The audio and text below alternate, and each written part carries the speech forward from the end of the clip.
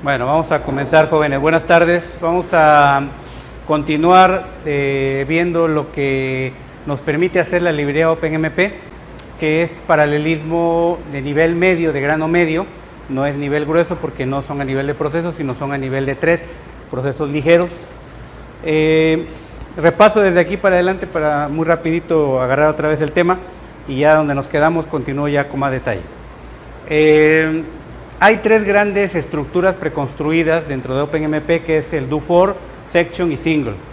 En todas ellas viene siempre el trabajo es el siguiente: viene un thread principal o el thread maestro que ya al momento de identificarse es el thread 0, y al llegar a la zona paralela se crea a través de una instrucción fork interna dentro de PostFix se crean los threads necesarios para atender el proceso concurrente según como lo hayamos definido que se iba a dividir.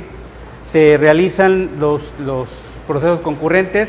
El trabajo de cooperación entre los threads es importante aquí ya cada uno de ellos lleva una autonomía de ejecución y si tienen que coordinarse con otro thread para poder hacer el trabajo, pues tendrá uno que programar precisamente esa coordinación a través de bloqueos, a través de sincronizaciones, a través de exclusión mutua, algún mecanismo de este tipo de sincronización que nos ayude a que los threads se puedan entender y puedan trabajar entre ellos. Una vez que ya terminan todos ellos de hacer su trabajo, todos van a llegar a una zona ¿cómo le llaman? De bloqueo, ¿no? Un wait, una zona de tensión donde se van a detener todos ellos, y entonces en ese momento se colapsan a través de una instrucción join, donde todos los threads se juntan y queda uno solo nada más otra vez, que es el thread principal, que es el thread 0. Todos los threads que se crean a partir de él, antes de ello desaparecen. Algo importante que ayer a varios quizás no les quedó muy claro es que el thread 0 también es uno de los que realiza trabajo, o sea, es uno de estos 4. No se vayan con la finta a pensar que el thread 0 nada más crea los threads y ya se sale y ya no hace nada. No, al entrar en la zona paralela es uno de los threads que trabaja también. De hecho, les decía yo, es el thread 0 el que hace el trabajo, ¿no? De tal manera que cuando yo digo voy a crear 4 threads, en realidad se crean solamente 3 porque ya hay uno que está predefinido, que es el que viene con el programa de manera normal. Bien, ¿qué hace cada una de estas zonas? Bueno, la zona paralela for lo que hace es dividir el trabajo de las iteraciones que hay dentro del ciclo entre los threads que vayan a participar. Tienen que cumplirse varias condiciones, lo vimos ayer de manera detallada. Por ejemplo, el for debe ser un for normal, no tiene que tener nada especial, se debe manejar variables enteras. La primera de las 3 partes que forman el for, la primera debe ser forzosamente una inicialización, la segunda una condición sencilla, mayor, menor o igual, no debe llevar operadores lógicos, y la tercera debe ser solamente un incremento o decremento. No puede haber, por ejemplo, cambios a través de un operador de por ciento, de multiplicación, o residuo de división. Entonces tiene que ser muy normalito el for sin mayores problemas. Nosotros antes de entrar a la zona paralela tenemos que definir cómo van a compartirse las variables, y eso lo hacemos a través de las cláusulas. Ya lo vamos a ver en un momento más. La segunda forma, que es las sections, nos permite crear varias sesiones paralelas, varias porciones de código que tienen que tener, eso sí, forzosamente una independencia entre ellos para que se puedan ejecutar en cualquier orden. Entonces uno crea las varias sesiones, pues no necesariamente deben coincidir el número de secciones con el número de threads. A lo mejor yo tengo 30 secciones. ¿Qué quiere decir eso? Cada sección es una parte que se puede realizar de manera concurrente junto con todas las demás. Y entonces, ¿qué es lo que hace el sistema de manejo de threads? Pues lo que hace es cada sección que se crea, automáticamente se asigna un thread. Cuando se desocupa alguno de ellos, le asigna la siguiente, y la siguiente, y la siguiente, y así sucesivamente, hasta que acaban todas las secciones. Entonces, así es como trabaja esto. Y el single, les decía yo que este no lo he usado. Lo que hace es, según lo que he leído teóricamente, es ejecutarse cierta sección o cierta porción de código en un thread particular, ¿sí? Entonces, bueno, eso es lo que hacen estas 3 zonas preconstruidas. Esto en realidad es lo que hace la diferencia con PostFix o con los threads, por ejemplo, de Java. Los threads de Java hacen lo mismo que los PostFix threads o cualquier otro sistema de threads, de que me permiten crear los threads, pero no traen nada preconstruido. OpenMP es el único esquema que ya trae estas cosas hechas, y obviamente esto ahorra muchísimo trabajo al momento de hacer programas concurrentes. Bueno, de ahí hablamos de los constructores, hablamos del constructor Parallel, del constructor for y del section, creo. Esta línea de aquí se me pasó de algún lado, no sé, acuérdense que esta parte no va. Bueno, aquí el número de threads se va a crear, que se van a crear, se van a indicar a través de variables de entorno. Hay una variable de entorno que se llama OMP numThreads, que yo creo en el caso de Linux se crea en el .bashrc, en el caso de Windows se crea en el config, me parece, configsys, creo que se llama el archivo. Y también lo puedo hacer a través de una llamada a una función, que en este caso sería OMP setNumThread. Eso lo hago dentro del código del programa. Hay una barrera implícita al final de toda región paralela, o sea, todas las regiones paralelas tienen una barrera implícita, que es una barrera, es un punto en el cual todos los threads van a llegar y se van a detener ahí. Hasta que llegue el último thread, en ese momento continúan la ejecución todos los demás. Obviamente, en el caso de una finalización de una región paralela, pues todos los que demás van a continuar para entrar al proceso de join, donde van a empezar a depurarse, a desaparecer, para dejar solamente al thread principal. Si hubiera otra tarea que hacer posteriormente, pues obviamente la harían entre todos, como si comenzaran desde cero todos los threads bien ordenaditos, ¿no? Cuando dentro de una región hay otro constructor paralelo, cada esclavo va a crear otro grupo, en realidad otro subgrupo de threads esclavos, que van a partir del que se está creando, que se formaría como maestro de ese subgrupo que se está creando. Les decía yo que aunque esto teóricamente se puede realizar, sobre todo si están haciendo cómputo muy pesado en cada uno de los threads, no se recomienda que ustedes creen más allá de 1.5 threads en promedio, 1.5 threads por cada core que tengan real, ¿sí? Entonces es una idea ahí para que se den. Obviamente si estoy haciendo cosas muy ligeritas, pues entonces sí, no hay problema, ¿no? Pero si estoy haciendo cosas de mucho cálculo, lo más recomendable es no sobrecargar demasiado el sistema con exceso de threads, porque entonces vamos a tener ahí implícito un overhead de administración de los threads que nos va a generar una caída en el rendimiento del sistema. Entonces hay que tener cuidado con ello. ¿Se acuerdan que eso lo analizamos en el caso del problema de la criba de Eratosthenes? Cuando veíamos cómo iba disminuyendo el tiempo, pero el tiempo de administración iba subiendo por el otro lado, y llegaba el momento donde el tiempo de administración era más alto que el tiempo de cómputo efectivo del problema. Entonces obviamente esa situación es la peor, porque estamos invirtiendo más, es como si dijéramos que invertimos más en administrar algo que en generar los recursos para que eso funcione. Es como si en una empresa nos saliera más caro el proceso administrativo que el proceso de producción de los productos. Sería ilógico, ¿no? Entonces eso sería más o menos la comparación.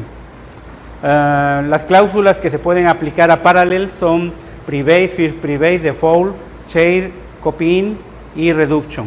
Ya les expliqué el día de ayer casi todas ellas. Me falta el Copy-in, que no me acuerdo qué es lo que hace explícitamente, y el Default, que básicamente Default es cómo se van a manejar las variables por default cuando no se indique algo. Pero no me acuerdo si todas entran como Share o entran como Private. Ya se los diré después.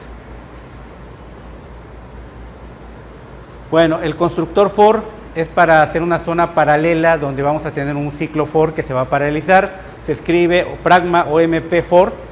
Cuando lo definimos de esta manera, lo que viene inmediatamente después del for es el bucle for, ya prácticamente casi como lo dejamos de manera secuencial. No tenemos que hacerle grandes cambios. De las condiciones que deben de tener las instrucciones que forman el ciclo for, es que debe de ser cada línea o cada iteración debe de ser independiente de las anteriores o de las que siguen, porque si hay una dependencia entonces y la detecta el programa, entonces lo que hace simplemente no lo maneja paralelo, lo maneja secuencial. Entonces hay que evitar ese tipo de cosas, ¿no? Bueno, y aquí vienen todas las condiciones que ya les dije. La parte inicial debe ser una asignación, la parte del incremento, una suma y una resta, la parte intermedia, que es la evaluación, se utilizarían solamente variables sin signo y operadores de comparación.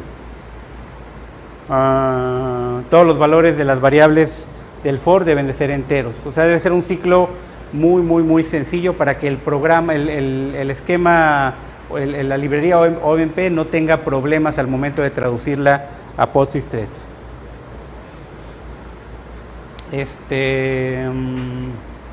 Las iteraciones se ejecutan en paralelo por threads que ya existen.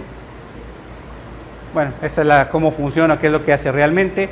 Hay una barrera al final también implícita y nosotros podemos brincarnos la barrera a través de una instrucción no wait. Con no wait lo que hace es permitir que sigan ejecutándose posteriormente después de la barrera sin ningún problema. Las cláusulas que puede llevar son prebase, freeze private, last private y reduction. ¿Sí? Aquí no se puede ocupar copy in ni default, ni cuál otra, creo que nada más esas dos. La forma de indicar cómo se van a planificar las tareas dentro de cómo se van a distribuir la planificación de las tareas en los threads es a través de la cláusula schedule, que tiene 3 posibles valores. En todos los casos va a tener un tamaño, que es la cantidad de interacciones que se le van a asignar a los threads. La diferencia radica en cómo se asignan. En el caso de static, la asignación es a pie fijo. Se asigna el primer paquete de interacciones a la primera, el segundo al segundo, el tercero al tercer thread y el cuarto al cuarto thread, y así sucesivamente. Vuelve a ser la distribución de manera secuencial y ordenada, ¿sí? De tal manera que todos los threads hacen siempre lo mismo. Pero ojo, aquí recordemos que el quantum de tiempo que se le asigna a los threads es un valor X de tiempo, me parece que es alrededor de 25 milisegundos, y entonces en esos 25 milisegundos un thread puede hacer mucho trabajo. Si nosotros le ponemos un trabajo muy pequeño, resulta que va a terminar su trabajo y se va a quedar ocioso, ¿sí? En Java, no sé si se acuerden, bueno, creo muy pocos de los que están aquí llevaron Java tópicos, sobre todo conmigo, pero había una manera de decirle, ya no vas a ocupar el tiempo que resta. ¿Cuál era la instrucción? Era evaluate, algo así me parece.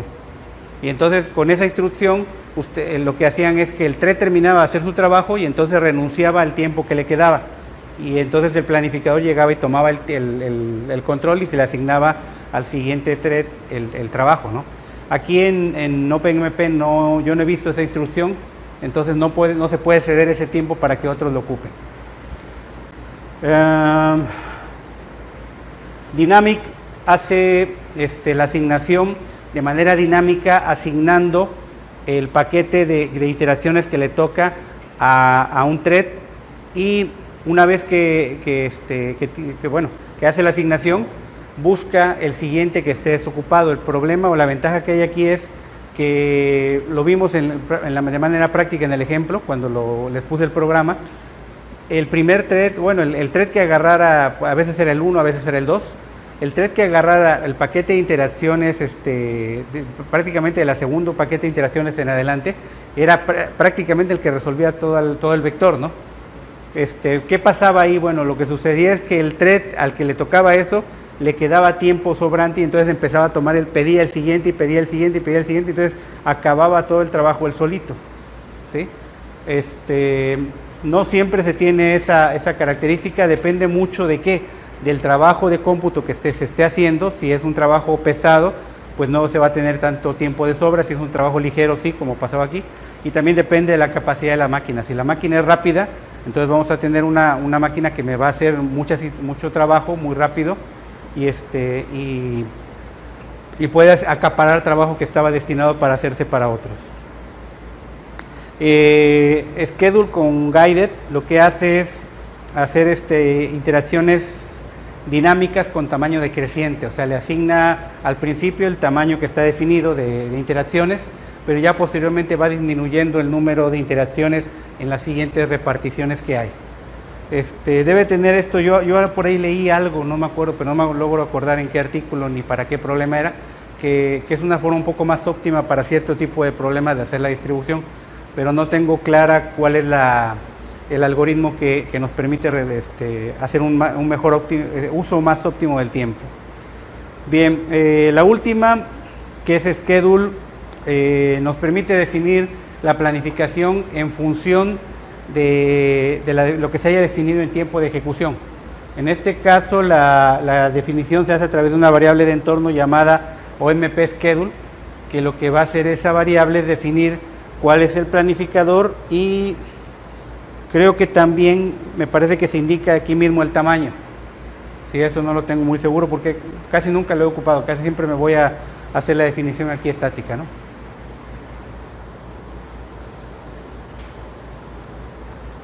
Bueno, el constructor sections es pragma o MP sections, luego vendrían las cláusulas que se van a tener y luego, ojo, viene la indicación de gato, pragma o MP section, sin S, para cada uno de los bloques de código que yo voy a definir.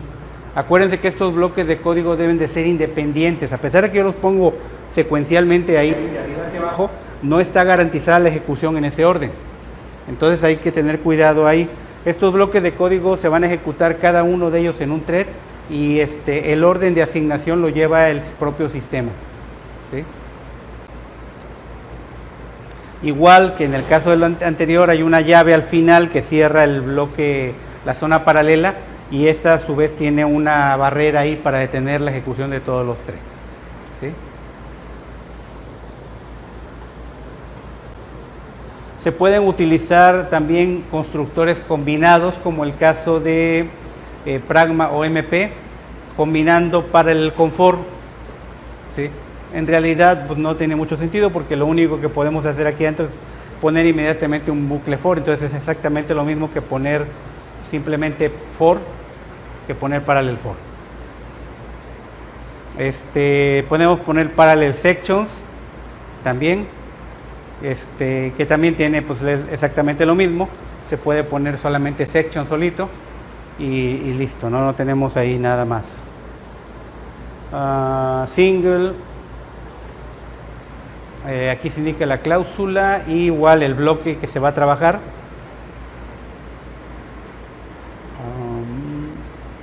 Ok, aquí la cláusula pragma o MP master puede servir para poder indicar que el bloque de código que sigue a continuación quiero que lo haga un thread en específico. ¿Quién se imaginan que sería?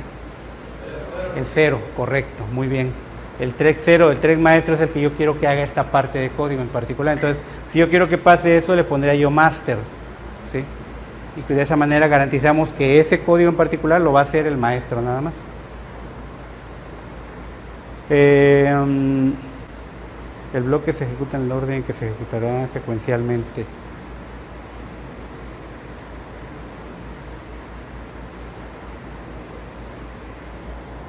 No sé para qué sirve este ordered.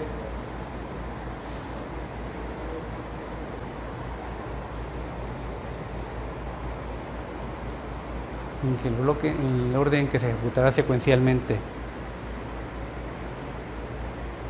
No me acuerdo, déjenme recordar a ver si ahorita me acuerdo más adelante, pero ¿qué diferencia habría, no?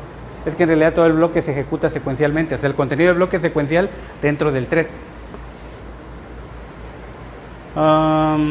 Bueno, algunos otros constructores que tenemos para hacer sincronizaciones, por ejemplo, tenemos critical. ¿Se acuerdan qué es una zona crítica? ¿Para qué servía una zona crítica? Exactamente, es una región que solamente va a ser ejecutada por un solo thread en particular.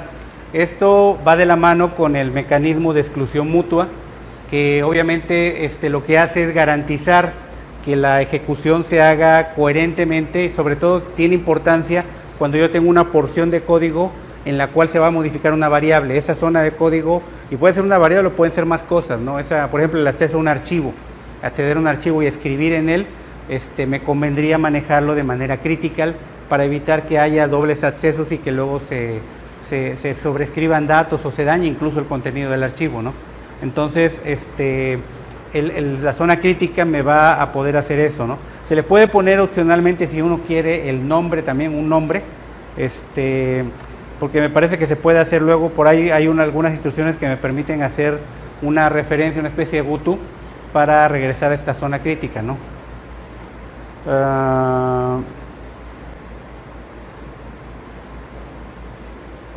Aquí se utiliza para identificar secciones críticas distintas. Bueno, ya habíamos comentado esta también, Barrier, que lo que hace es sincronizar todos los threads. En el caso de Barrier, si se dan cuenta, no aplica para bloque de código, esta sí, y varias de las de arriba también, pero esta no, esta simplemente es una instrucción solita, un constructor solito, que se pone en cierta porción del código, generalmente al terminar cierto trabajo, y todos los threads al llegar ahí se detienen y se quedan ahí esperando en un proceso white, hasta que llegue el último thread, que es el que los desbloquea, desde lo que les había dicho, y continúa la ejecución. Tenemos también la directiva OMP Atomic, la cláusula OMP Atomic, que lo que hace es hacer lo mismo que la zona critical, pero a nivel de una sola expresión, ¿sí? Es una zona de exclusión mutua, pero a través de una expresión, solamente una expresión de tipo algebraico, ¿no? La expresión generalmente es operador que va a recibir igual a la expresión que tenemos de este lado. Se puede ocupar también los operadores más, unarios, x más o más x, x menos o, no sé para qué lo hizo, donde x es una expresión, creo que como que es un error, me suena. Es x menos o. Ah, es una o, exacto, es una o, yo pensé que era un cero, digo, ¿por qué está eso ahí? Exacto, es x menos, que sería equivalente a o menos x, que sería equivalente a sí. Bien, ¿qué significa atomic? Bueno, significa que garantiza, como su nombre lo dice ahí, que solamente se va a ejecutar de manera excluyente para un solo thread a la vez. Si llega algún thread y quiere ejecutarlo y ya algún otro lo tiene, entonces ese thread, ¿qué sucede con él? Entonces, les digo, funciona exactamente igual que con critical, pero a nivel de una sola expresión. Bloque aquí significa que es un paquete de instrucciones, puede ser un for, un if o varias instrucciones a la vez, ¿no?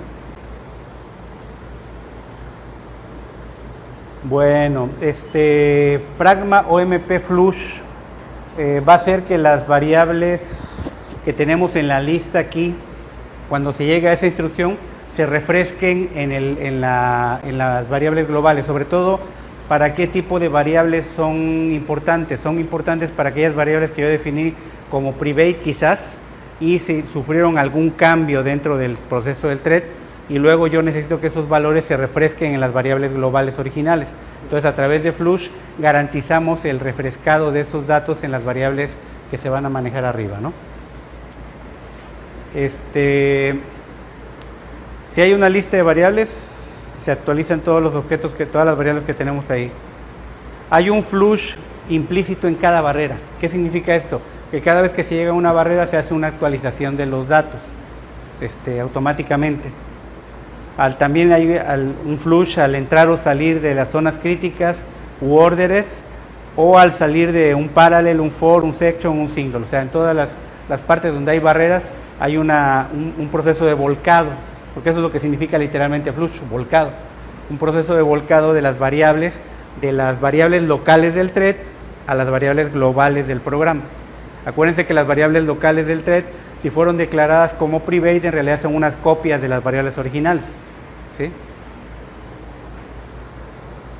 Bueno, esta thread private usado para declarar variables privadas en los threads. Bueno, esto es para crear variables privadas propias. Acuérdense que todas las variables que nosotros tenemos en los threads en realidad son heredadas del thread principal, pero si yo creo crear una variable específica para ese thread en particular, lo hago a través de thread private y luego pongo a continuación la lista de variables que voy a crear.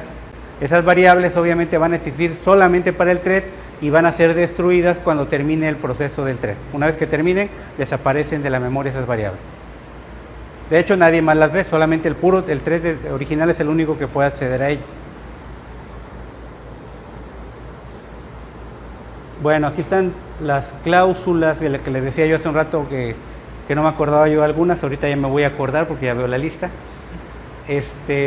Private, bueno, son todas las variables que van a ser creadas en los threads, se inicializan antes de entrar, pero no se guarda su valor al salir. O sea, lo que hacen es tomar el valor que tiene la variable original global y en la copia que se crea privada dentro del thread se inicializan con ese valor que traen.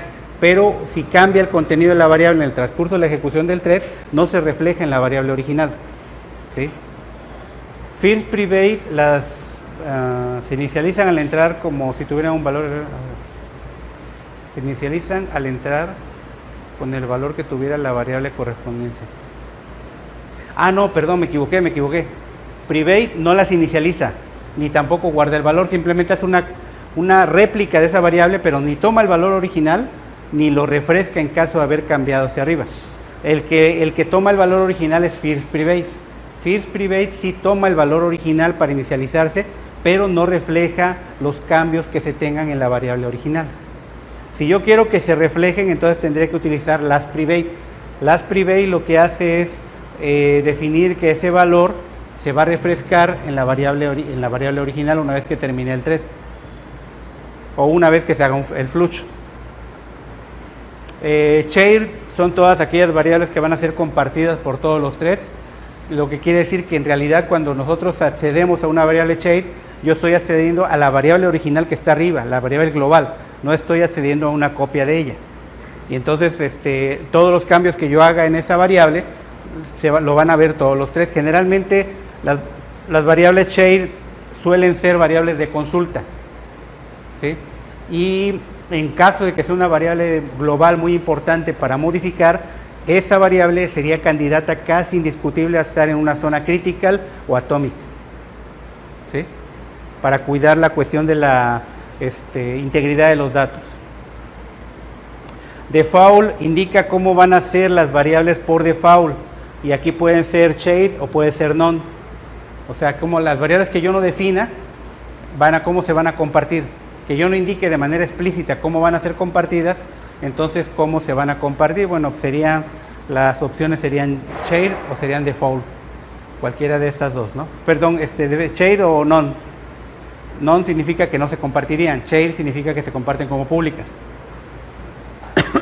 Reduction, bueno, ya lo habíamos comentado, lo que hace reduction es una especie de colapsado de los datos.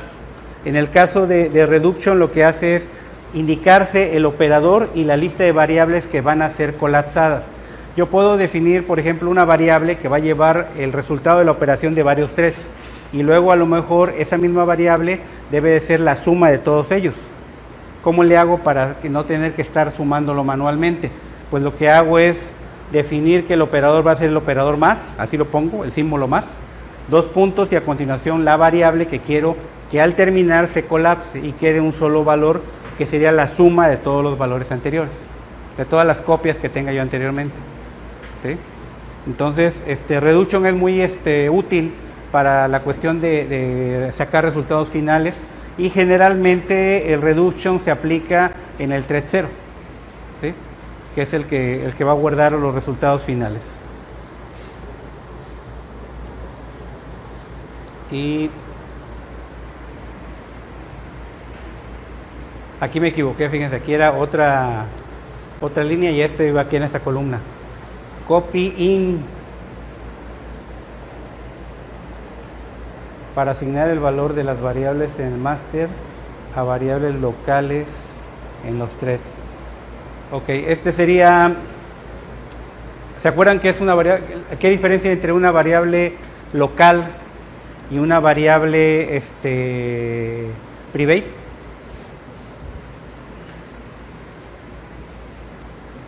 Pues la local nada más la puede ver un solo thread. La local se puede ver en un solo thread. ¿Dónde se crea la local? Solamente dentro del thread. ¿Y la private? Es una copia de una variable global del sistema, ¿no? Entonces, con copy in, lo que va a hacer es permitirnos inicializar las variables locales, ¿sí? ¿Cómo lo hace? Pues en este caso le va a asignar cierto valor a las variables, de las variables master, ¿sí? De las variables del master a las variables locales que se creen, ¿no? ¿Sí? No confundir locales con private, son dos cosas diferentes, ¿no? Muy bien. ¿Qué diapositiva vamos? No veo. 16. Uy, casi vamos a terminar hoy. Bueno, la teoría, ¿no? Otras funciones auxiliares que tenemos ahí de OpenMP, pues tenemos OMP set num thread, que ya los habíamos visto, nos sirve para establecer el número de threads que vamos a tener. getNumThread, que me va a decir el número de threads totales que tenemos en la región paralela.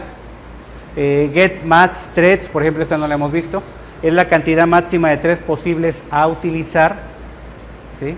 O sea, fíjense que aquí en este caso yo puedo definir una zona para decir solamente aplica 4, pero en la realidad el sistema tiene permiso de utilizar hasta 15 threads, por ejemplo, ¿no? Entonces el max threads me devolvería ese valor de 15, que sería el máximo de threads que podemos manejar. Y getThreadNum es el identificador del thread, es el ID del thread. getNumProx, esta es importante, me dice el máximo número de procesadores que se pueden asignar al programa. Fíjense que aquí es importante este dato, porque en realidad, ¿qué representa este dato? ¿El número de qué? El número de cores, muy bien, el número de cores. Y el número de cores es importante porque yo sé, en función del número de cores, va a ser la cantidad de threads que yo voy a definir, ¿sí? OMP InParallel devuelve un valor de 100 ceros si se ejecuta dentro de una zona. Esto es para saber si estamos ejecutando nuestro programa en paralelo o en secuencial.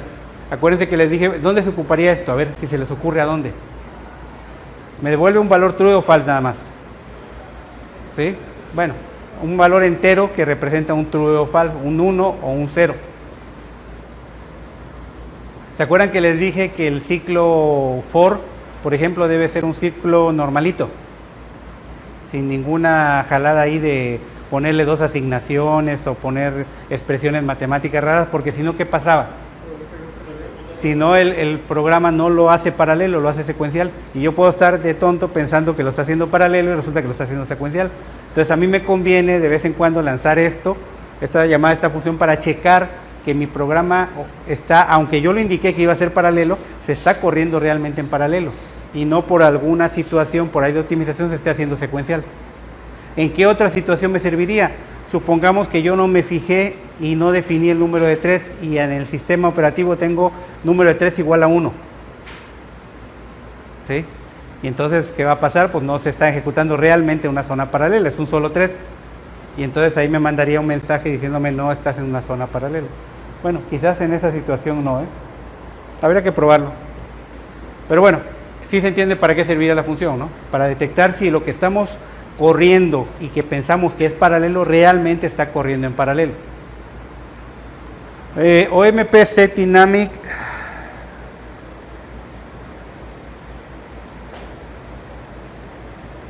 Pues permite poner o quitar que el número de threads se pueda ajustar dinámicamente las regiones paralelas.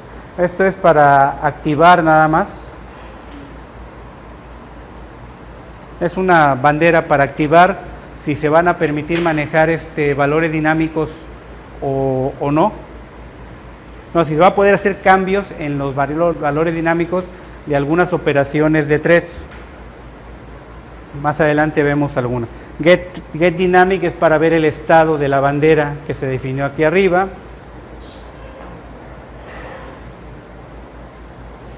Esta función es importante. setNested nos permite a nosotros deshabilitar el manejo de threads anidados. ¿Se acuerdan cómo se definen los threads anidados? Yo tengo una región paralela y dentro de ella defino otra región paralela y dentro de esa puedo definir otra. Esos son los threads anidados. Entonces, si yo no quiero tener ese tipo de cosas, pues ya les había comentado que tiene un inconveniente, una pega que nos van a dar en cuanto al overhead. Si yo quiero no permitir eso, puedo hacerlo a través de esta función, ¿sí? Lo llamo una vez y me lo activa, lo llamo otra vez y me lo desactiva, ¿sí? Similar a esta, ¿sí?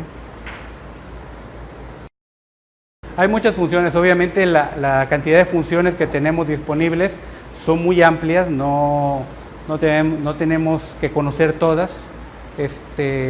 Podemos ver manuales, hay muchos manuales en internet que podemos checar cómo trabajan todas estas zonas, ¿no?